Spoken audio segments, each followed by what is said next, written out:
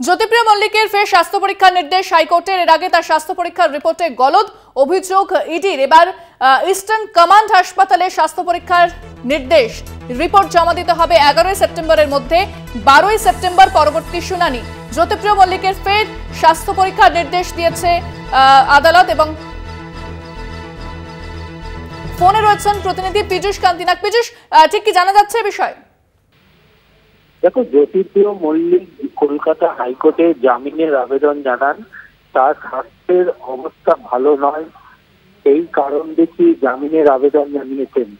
সেই জামিনের আবেদনের প্রেক্ষিতে এর আগে কলকাতা হাইকোর্টে এসএসকেএম এবং একটি বেসরকারি হাসপাতালে রিপোর্ট জমা পড়ে, কিন্তু সেই রিপোর্টে স্বাস্থ্য পরীক্ষার রিপোর্টে খুশি নয় এনফোর্সমেন্ট ডাইরেক্টরেট।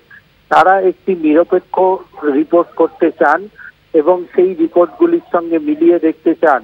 এই জন্য ইস্টার্ন কমান্ড হসপিটালকে নাম তারা প্রস্তাব করেন আদালতের কাছে।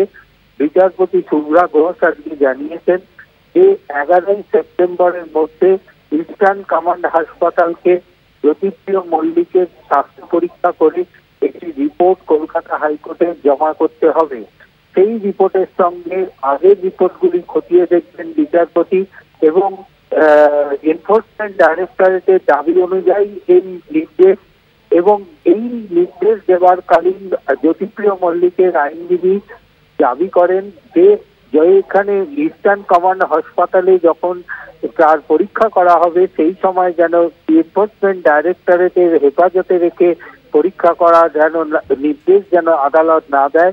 সেক্ষেত্রে আদালতের নির্দেশ, যেহেতু তিনি জেল হেফাজতে আছেন সেই কারণে জেল সুপারি তাকে হাসপাতালে নিয়ে যাবেন।